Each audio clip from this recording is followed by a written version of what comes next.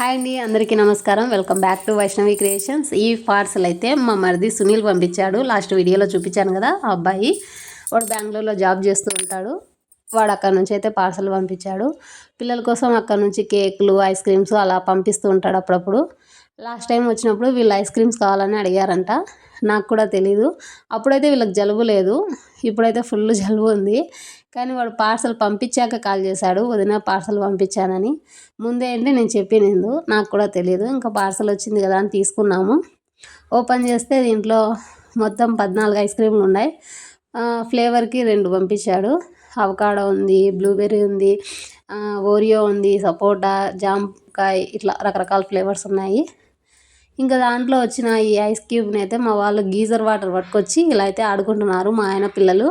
నాకు కూడా బాగా అనిపించింది.